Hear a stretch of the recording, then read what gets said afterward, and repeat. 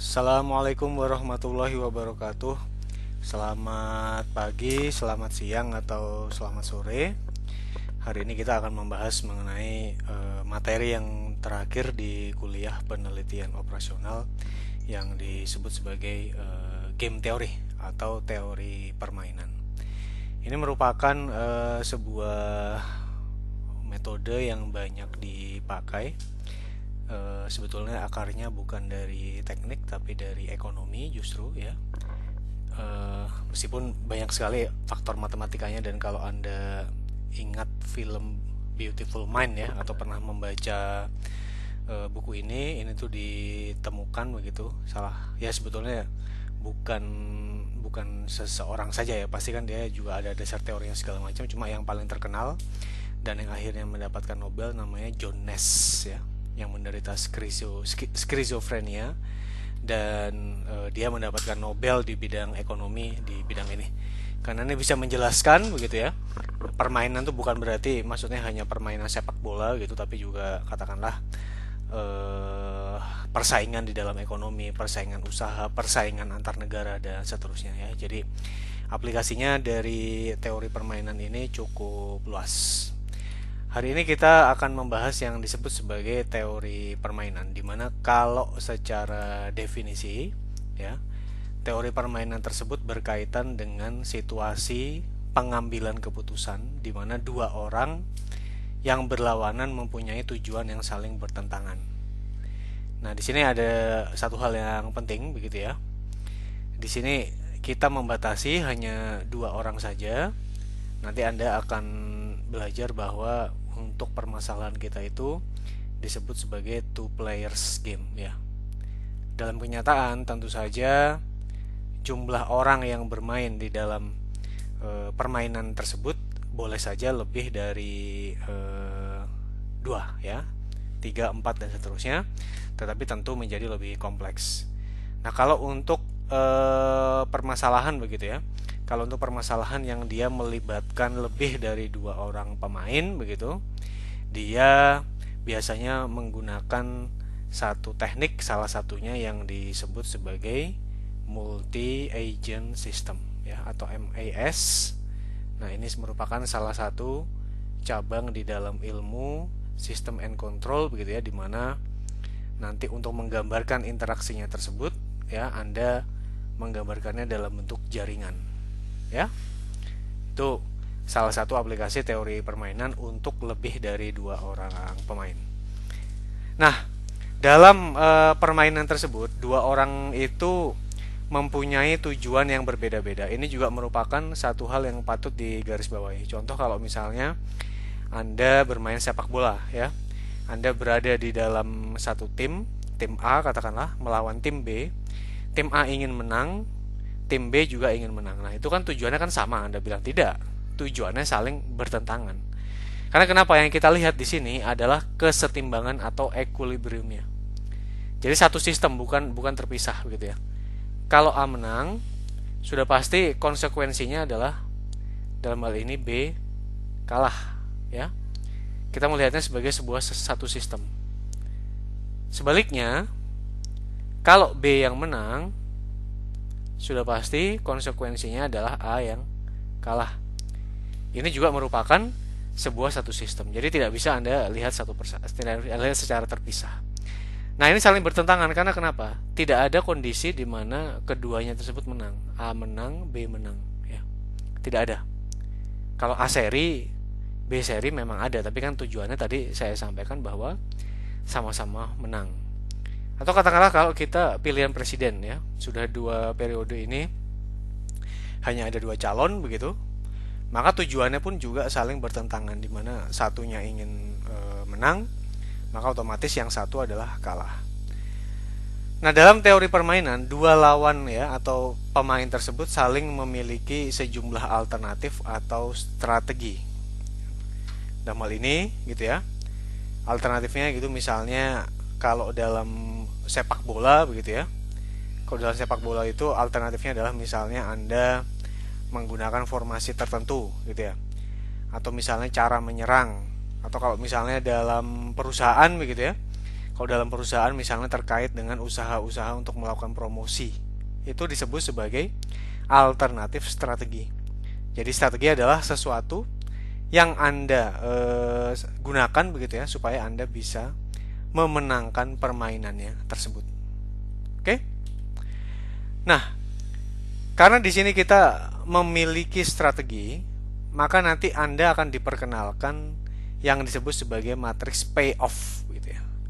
Matriks payoff-nya itu adalah sesuatu yang kalau dalam terminologi keuangan atau moneter ya, atau ekonomi, sesuatu yang dibayarkan gitu ya, dari satu pemain ke pemain yang lainnya. Misalnya bagaimana? Kalau saya memberikan contoh gitu ya, misalnya berjudi gitu ya. Kalau judi udah pasti ya, kalau misalnya Anda kalah ya Anda membayar. Tapi kalau dalam misalnya persaingan bisnis, sebetulnya membayarnya itu apa? Misalnya kan gini, kalau dalam kondisi awal begitu ya, misalnya kita punya pangsa pasarnya ini A, ini B. Ini katakanlah sama rata ya, 50% A, 50% B. Kemudian Anda menerapkan strategi satu, ini dilihat dari sudut pandang A. Nanti Anda akan lihat bahwa dalam teori permainan, kita selalu mengambil teori permainan untuk dua orang ya, dimana kita untuk dua orang tersebut hanya melihat dari sudut pandang satu pemain saja, tidak keduanya. Dilihat dari sudut A menerapkan sebuah strategi sehingga dia mendapatkan tambahan market share, sehingga B tinggal sekian. Nah, yang saya garis bawahi ini, itulah yang disebut sebagai payoff yang dibayarkan atau yang bakal diterima oleh A karena dia menerapkan sebuah strategi dan B tidak ya. Itulah yang disebut sebagai matriks payoff. Permainan yang semacam ini dikenal sebagai permainan jumlah 0 2 orang atau disebut sebagai two players zero sum game ya. Nanti kalau Anda menekuni bidang permainan, Anda akan familiar dengan dengan istilah ini ya. Jadi tadi kita ada beberapa kata kunci. Ada dua pemain, masing-masing tujuannya berlawanan. Dia menerapkan sebuah strategi. Nah, karena Anda menerapkan strateginya tersebut, ya, maka di situ ada payoff atau sesuatu yang dibayarkan. Kalau dari sudut pandang A, berarti dia menerima keuntungan, gaining, begitu ya. Kalau dari sudut pandang B, dia menderita kerugian atau losing. Nah, inilah yang disebut sebagai tabel payoff. Bagaimana cara membacanya? Yang pertama, di sini A dan B adalah mengindikasikan nama-nama pemain untuk kasus yang kita hadapi ini. Berarti A, dia adalah pemain A, kemudian B, dia adalah pemain B. Hanya ada dua pemain. A memiliki 1, 2, dan M strategi. Ya, ini A memiliki M strategi, sementara B memiliki N strategi. Jadi A punya M strategi, B punya N strategi. Kalau di sini pemain A tersebut menggunakan strategi I, ya, dan B menggunakan strategi J, maka Anda mendapatkan payoff-nya itu adalah AIJ. Jadi I adalah indeks strategi untuk A, J adalah indeks strategi untuk B, ya. Sehingga apa kalau misalnya kita lihat contoh yang ada di sini? Berarti dia kondisi di mana A menerapkan strategi 1, B menerapkan strategi 1. Ya. Tentu saja keduanya mutually eksklusif ya. Berbeda strategi satunya A dengan satunya B.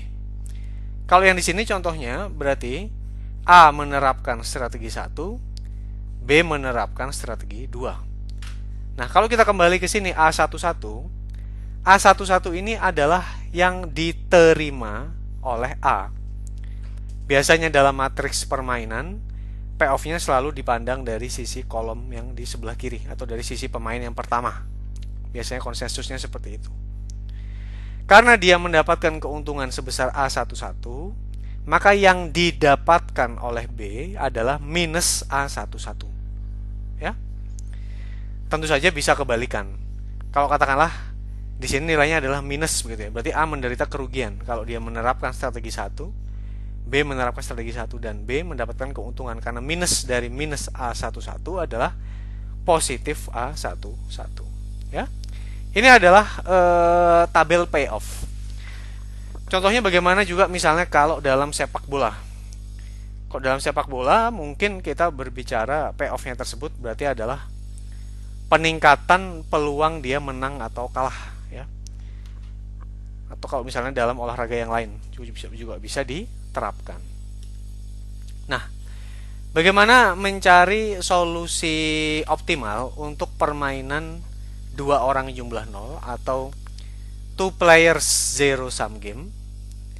Nah, di sini disampaikan bahwa karena permainannya tersebut berakar dari konflik kepentingan, maka solusi optimalnya adalah memilih satu ya atau lebih strategi bagi tiap pemain sedemikian rupa sehingga adanya perubahan dalam strategi yang dipilih tidak memperbaiki payoff bagi kedua pemain. Artinya apa? Paling bagus bagi pemain A, sebaliknya juga paling bagus juga bagi pemain B. Karena kenapa? Secara natural ya, katakanlah begini, A berangkat dari satu titik. Oke, dia dapat 1. Dia ingin mendapatkan lebih kan? Kalau natural di dunia ini, saya ingin dapat 1,5. Pasti B akan merespon. B meresponnya tersebut mungkin A tidak dapat 1,5, A cuma dapat 1,1. Tapi B mendapatkan keuntungan juga. Kemudian dibalas lagi 1,1, udah saya sekarang targetin lagi 1,5. B merespon lagi dan seterusnya. Nah, dalam hal ini kita akan memilih ya strateginya tersebut yang sedemikian rupa sehingga setelah memilihnya tidak ada payoff bagi kedua pemain yang bisa diperbaiki lagi. Semuanya sudah dalam kondisi steady state. Ya, itu kalau kita berbicara masalah pemilihan strategi yang paling baik. Strateginya bagaimana? Nanti kita akan lihat yang sederhana dulu, yang disebut sebagai strategi murni tunggal atau single pure strategy, atau ada juga beberapa strategi campuran yang disebut sebagai mixed strategy berdasarkan probabilitas yang sudah kita tentukan pada tahap sebelumnya. Tentu saja dari pengumpulan data ya. Misalnya Anda mendapatkan data, Anda kumpulkan dan seterusnya, Anda lakukan proses pengolahan secara statistik sehingga Anda mendapatkan matriks payoff-nya tersebut ya. Jadi itulah gunanya Anda diberikan statistik ya, dan mengapa dia menjadi syarat bagi kuliah penelitian operasional 2 ini, karena bukan hanya aspek probabilitasnya tetapi juga kita berbicara masalah bagaimana bisa Anda mengumpulkan datanya. Kita diberikan sebuah contoh di sini. Ada dua buah perusahaan A dan B menjual dua buah merek vaksin flu ya. Jadi A mengiklankannya di radio, televisi, dan surat kabar, di mana masing-masing itu strateginya adalah A1, A2, dan A3 begitu ya. Ini kebetulan sama ya strateginya tersebut. Kemudian kalau perusahaan B, dia mengiklankannya juga kebetulan sama. Dia ada di radio, televisi, dan surat kabar, dan ada satu tambahan lagi yaitu brosur ya. Brosurnya ini tidak terdapat di strateginya perusahaan A. Dia hanya terdapat di B ya. Nah, di sini apa tadi yang saya sampaikan? Di sini ada yang disebut sebagai intensitas promosi, di mana tiap perusahaan tersebut dapat menguasai sebagian pangsa pasar perusahaan lain, sebagaimana yang sudah saya contohkan di slide sebelumnya tadi. Jadi kalau misalnya katakanlah ya, ini misal ya, pangsa pasar awal adalah 50-50 dalam persen, dan kalau masing-masing menerapkan strateginya akan ada pangsa pasar milik perusahaan saingan yang diambil. Itulah yang disebut sebagai matriks payoff. Nah, mungkin Anda bertanya, kalau begitu, dalam teori permainan ini ada asumsi bahwa pasarnya dalam kondisi yang sudah tetap ya. Dia tidak bertumbuh secara signifikan. Mungkin benar kalau dalam teori ekonomi ya. Dan kalau tidak, mungkin mestinya proses perhitungannya dan formulasinya secara matematik menjadi cukup menyulitkan ya. Itu adalah contohnya, ada dua perusahaan. Nah, ini adalah tabel payoff yang menunjukkan persentase pasar yang dapat dikuasai atau hilang oleh perusahaan A. Contohnya apa? Ini berarti kan tadi kan kita berbicara AIJ ya. I-nya adalah strategi dari A, J-nya adalah strategi dari B. Ya, saya ulang. I dia adalah strategi dari A, J adalah strategi dari B. Nah, maka kalau dalam kasus seperti ini kita punya A21, maka A menerapkan strategi 2, yaitu dia beriklan di televisi, dan B menerapkan strategi 1, dia beriklan di radio. Ya. Kalau A dia ngiklanin di televisi dan B mengiklankan di radio, akan ada pangsa pasar ini semuanya dalam persen begitu ya. Sebesar 6% dari B tersebut yang dapat diambil oleh A. Berdasarkan apa? Berdasarkan data empiris tentu saja. Meskipun dalam kasus ini tidak mudah ya mengumpulkannya. Bayangkan. Satu, bagaimana kita bisa melakukan perekaman begitu ya. Perusahaan sudah melakukan usaha-usaha iklan kemana saja. Yang berikutnya, kalaupun sudah pernah, datanya itu ada berapa banyak begitu ya. Kalau hanya pernah satu kali secara statistik kan menjadi tidak mencukupi. Ya. Itu adalah payoff-nya. A mendapatkan 6%, maka sebaliknya B akan kehilangan 6% kalau A menggunakan iklan di televisi dan B di radio. Nah, sebaliknya ini, kalau kita lihat B2 adalah televisi, A1 adalah radio, ya. Kalau A1 melakukan proses iklan di radio dan B2 melakukan proses iklan di televisi, A1 akan kehilangan pangsa pasar sebesar 2%. Sebaliknya B justru dia akan akan mendapatkan tambahan pangsa pasar sebesar 6%, ya. Nah, solusi permainan yang didasarkan atas prinsip untuk memberikan hasil yang terbaik dari yang terburuk atau yang disebut sebagai the best of the worst begitu untuk tiap pemain. Coba ya. Sekarang coba saya kopikan supaya Anda paham. Di sini kalau kita lihat ya, yang disebut sebagai strategi the best of the worst ini sudah saya kopikan tabel payoff-nya. Di sini kalau Anda lihat begitu ya. Jadi tanpa memandang apa yang diambil perusahaan B. Jadi kalau saya sudut pandangnya sekarang murni dari apa? Dari A saja. Maka kalau perusahaan A memilih strategi 1, the best of the worst-nya adalah kalau yang ini berarti kan saya akan kehilangan sebesar 3%, ya. Jadi A1 di sini the worst-nya.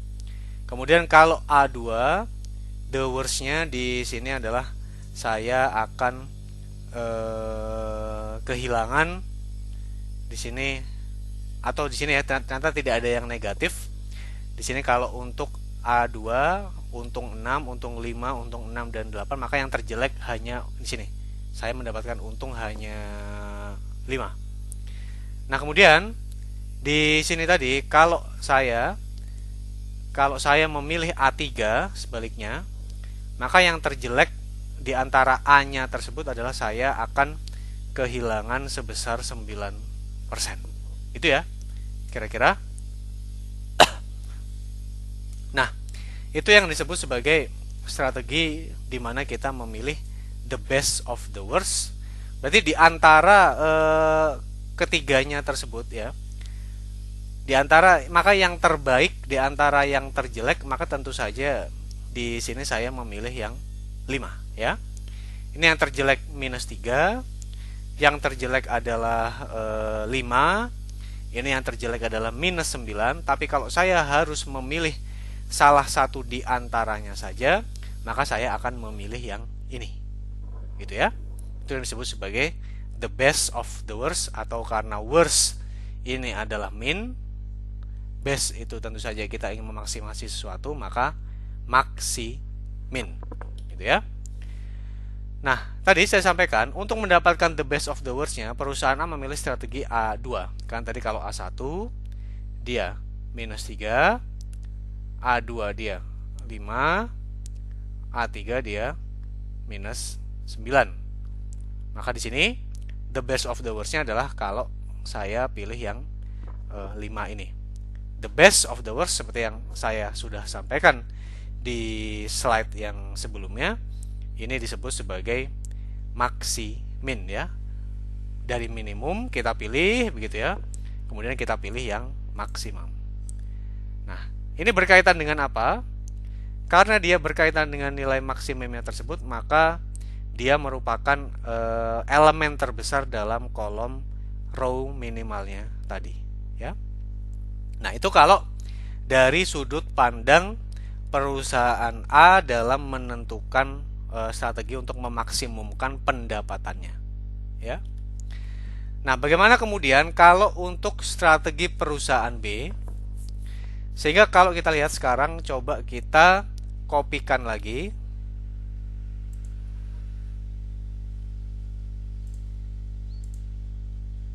untuk perusahaan B ya. Kalau untuk perusahaan B, maka tentu saja logikanya dibalik ya.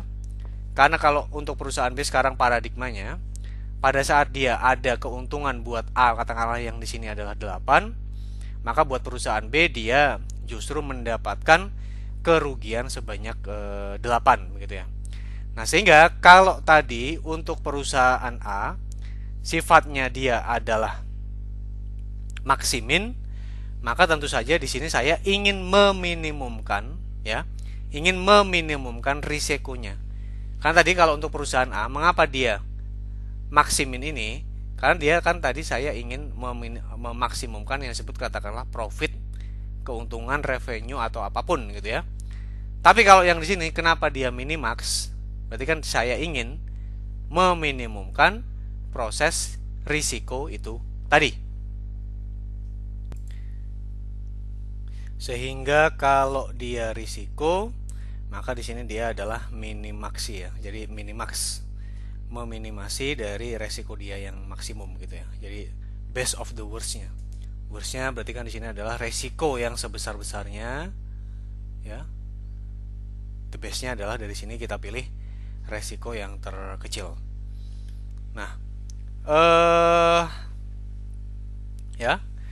Maka solusi optimal untuk permainan, jadi di sini adalah memilih strategi A2 dan B2, yaitu sama-sama melakukan promosi dengan media televisi.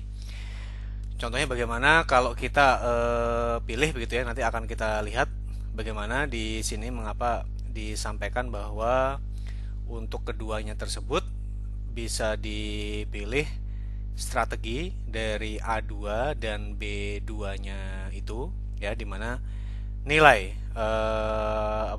nilai permainannya tersebut sebesar 5%. Jadi nilai permainannya di sini akan menguntungkan perusahaan A. Dimana kalau dalam sebuah permainan yang adil atau permainan yang fair, nilai permainannya itu ekspektasinya adalah sejumlah 0 ya. Tapi di sini kan tidak 0, artinya dia memiliki kecondongan untuk perusahaan A. Oke, kita lihat di sini ya. Nah, kalau kita menemukan solusi yang beririsan begitu ya, antara perusahaan A dan perusahaan B, atau pemain 1 dan pemain 2, itu Anda dibilang mendapatkan solusi saddle point menggunakan strategi murni ya. Artinya apa tadi? Seperti definisi kita tadi, saddle pointnya tersebut adalah sebuah poin yang mana Anda tidak bisa ada kemungkinan untuk lari lagi ke tempat lain. Ya sudah, di situ saja yang paling baik di sini. Di sini contohnya, ya apa tuh namanya, B mungkin tidak suka ya, karena ternyata yang memberikan nilai optimal bagi dia tetap saja dia kehilangan apa tuh namanya, pendapatan sebesar 5%. Tapi sudah tidak ada lagi yang lebih bagus lagi bagi B-nya tersebut dalam hal risiko. Dia tidak bisa menurunkannya lagi. Begitu pula A dalam hal ini dia tidak bisa mendapatkan ya, mendapatkan strategi yang memberikan keuntungan lebih baik bagi perusahaan A-nya tersebut. Itulah yang disebut sebagai solusi untuk saddle point. Nah, bagaimana kemudian aplikasinya? Kalau kita lihat di sini, ya, tadi kita lihat begitu.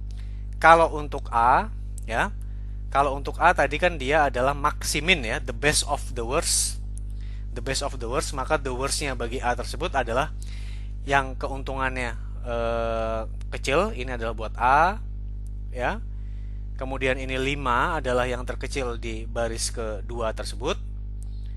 Kemudian minus 9 adalah yang terkecil di apa tuh namanya, baris ketiga. Ya, ini worstnya baris ke-1, worst baris kedua, worst baris ketiga. The best dari ketiga-tiganya ini adalah untuk yang ini, ya, untuk A. Nah, sekarang bagaimana kemudian kalau untuk yang ini ya, nih untuk A kita dapatkan sini minus 3, 5, kemudian minus 9. Anda dengan kriteria maksimin mendapatkan 5 tersebut. Nah, sekarang bagaimana kalau untuk perusahaan B, ya? Perusahaan B-nya di sini, ya. Perusahaannya di sini tentu saja dia ingin meminimasi risikonya. Kalau 8 ini menguntungkan buat A, maka dia 8-nya adalah rugi buat B-nya. Maka the worst-nya tentu saja adalah positif yang terbesar, ya. Ini worst untuk si A-nya, untuk B-nya, untuk strategi 1 sebesar 8, ya. Kemudian di sini worst-nya untuk strategi 2, dia rugi positif terbesar adalah 5, ya. Di sini worst-nya rugi 9, positif terbesarnya di sini. Worst-nya di sini adalah positif 8, ya. Maka ini rugi 8, rugi 5, rugi 9, dan rugi 8. Di sini dari yang rugi tersebut Anda pilih rugi yang terkecil. Nah, ruginya adalah 5 dan ini beririsan. Maka inilah yang disebut sebagai solusi saddle point strategi murni. Di sini kita bisa mendapatkannya untuk pemain 1 dan juga pemain yang kedua. Nah, sekarang bagaimana kalau kita diberikan kasus yang lain? Di sini ada 2 orang pemain A dan B melakukan permainan lempar koin, ya, atau coin tossing game, di mana setiap pemain dapat memilih apakah dia katakanlah menebak begitu ya. Apakah dia menebak yang muncul itu adalah head atau kepala, atau yang muncul adalah tail atau ekor. Nah, di sini sifatnya kalau ini sangat apa tuh namanya? Sifatnya tersebut sangat jelas begitu ya. Sifatnya tersebut sangat jelas, masalah bayar membayarnya. Kalau muncul head atau tail, pemain A menerima $1 dari B, ya. Jadi kalau muncul jadi dia melakukan pelemparan koin begitu ya, mungkin dua-duanya sama-sama melempar. Jadi kalau yang muncul itu gambarnya sama-sama kepala atau sama-sama ekor begitu, maka pemain A akan mendapatkan $1, ya. Sebaliknya, kalau yang muncul tidak sama, misalnya head dengan tail atau tail dengan H, ya begitu. Dan di situ Anda justru si A membayar $1 kepada B. Nah, bagaimana kemudian cara merumuskannya? Nah, ini kembali ke definisi dari teori permainan. sudah ada dua pemain, sudah ada strategi, maka definisi yang selanjutnya adalah Anda harus membuat matriks payoff-nya atau matriks pengembaliannya untuk kasus kita ini. Nah, tadi kita sampaikan bahwa A, dia akan menerima $1 jika muncul head-head, ya, atau tail-tail. Dia akan menerima $1. Artinya apa? Jika A dia melempar mendapatkan head, kemudian B melempar mendapatkan head, dia A-nya akan gaining begitu ya, akan gaining $1. Kemudian juga jika head mendapatkan tail, kemudian jika A mendapatkan tail dan juga jika B mendapatkan tail, maka juga karena dia sama gitu gambarnya, dia akan mendapatkan $1 juga. Nah, sebaliknya, kalau misalnya dia head, dia tail, dia harus membayar ke B, sebaliknya maka B akan menerima $1 tersebut, ya. Kemudian kalau dia tail dan di sini head juga gambarnya tidak sama, maka A akan membayar ke B sebanyak $1. Nah, bagaimana kemudian cara kita melakukan penyelesaian? Kita coba dengan kriteria tadi. Kalau di kriteria A, karena dia ini payoff-nya dipandang dari sudut pandang A dan dia mendapatkan pendapatan, maka kita menggunakan kriteria maksimin ya. Kalau untuk A tadi, kalau untuk A, maka di sini tadi minimumnya ya, minimumnya di sini antara 1 dan min 1 adalah min 1, minimumnya di sini adalah min 1, ya. Maka dia the best of the worst, ya. The worst-nya tentu saja dia yang rugi. Nah, sebaliknya di sini juga sama. Kalau untuk pemain B, kita akan memilih juga the best of the worst-nya tadi. The worst-nya juga dia yang rugi.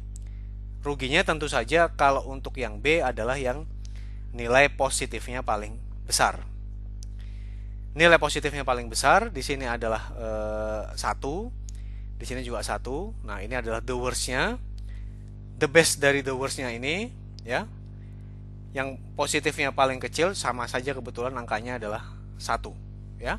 Kalau tadi kan sudah jelas ya. Di sini kalau ini kita pilih positifnya paling kecil, kelihatan 5. Tapi kalau ini kan tidak ada bedanya. Nah, dalam kasus ini nilai maksimin dan minimaxnya ini adalah min 1 ya. Ini adalah 1. Dua-duanya ini tidak ketemu, tidak cocok. Nah, sehingga bagaimana kemudian cara menyelesaikannya? Berarti di sini dia bukan merupakan solusi saddle point strategi murni, ya. Kalau tadi kan strategi murni di mana keduanya sama-sama cocok nilai maksimin dan nilai minimaxnya. Nah, karena kedua nilainya tersebut tidak sama, maka permainan ini tidak mempunyai solusi strategi murni. Ya, artinya apa? Jika pemain A menggunakan A head begitu, maka pemain B akan memilih tail begitu untuk menerima $1. Ya, ini diasumsikan dia bisa saling mengetahui apa yang akan dilempar begitu. Ya, kan memang sebuah reaksi yang mungkin. Jadi A mengharapkan head, dia mengharapkan B-nya head juga supaya dapat $1. Tapi tentu saja B-nya akan melakukan reaksi, saya nggak mau dong bayar. Saya respon dengan tail supaya justru A-nya yang bayar ke saya. Nah, sehingga jika ini terjadi, pemain A akan beralih ke strategi A tail dengan harapan tentu saja B-nya akan tail. Nah, tapi tidak seperti itu juga. A tail nanti dia direspon lagi dengan head dan seterusnya, sehingga tidak akan pernah ketemu. Ya. Dalam kasus yang demikian, maka kedua pemain harus menggunakan strategi campuran random, ya. Strategi campuran random tersebut, ya, strategi campuran random tersebut di mana nilai optimal dari dari permainan tersebut terjadi antara nilai maksimin dan nilai minimax dari permainannya tersebut yang nanti akan kita bahas seperti apa aplikasinya dari strategi campuran random ini ya. Bagaimana kemudian nanti akan kita bahas di segmen berikutnya ya, tapi pada dasarnya nilai optimal dari permainannya untuk strategi campuran random tersebut terjadi pada saat nilai-nilai maksimin dan minimaxnya tersebut ya. Berarti nilai maksimin, ini nilai minimax begitu ya. Karena tadi kan Anda ingin mencari nilai yang maksimum, Anda mencari nilai yang minimum begitu ya. Berarti kan sama dengan nilai minimum, ini sama dengan nilai maksimum. Nah, katakanlah kalau saya X adalah nilai permainan, maka X-nya tersebut berada di antara nilai min dan juga nilai max-nya. Nah, bagaimana kemudian cara kita menyelesaikan untuk strategi campuran random? Kita bahas di segmen berikutnya.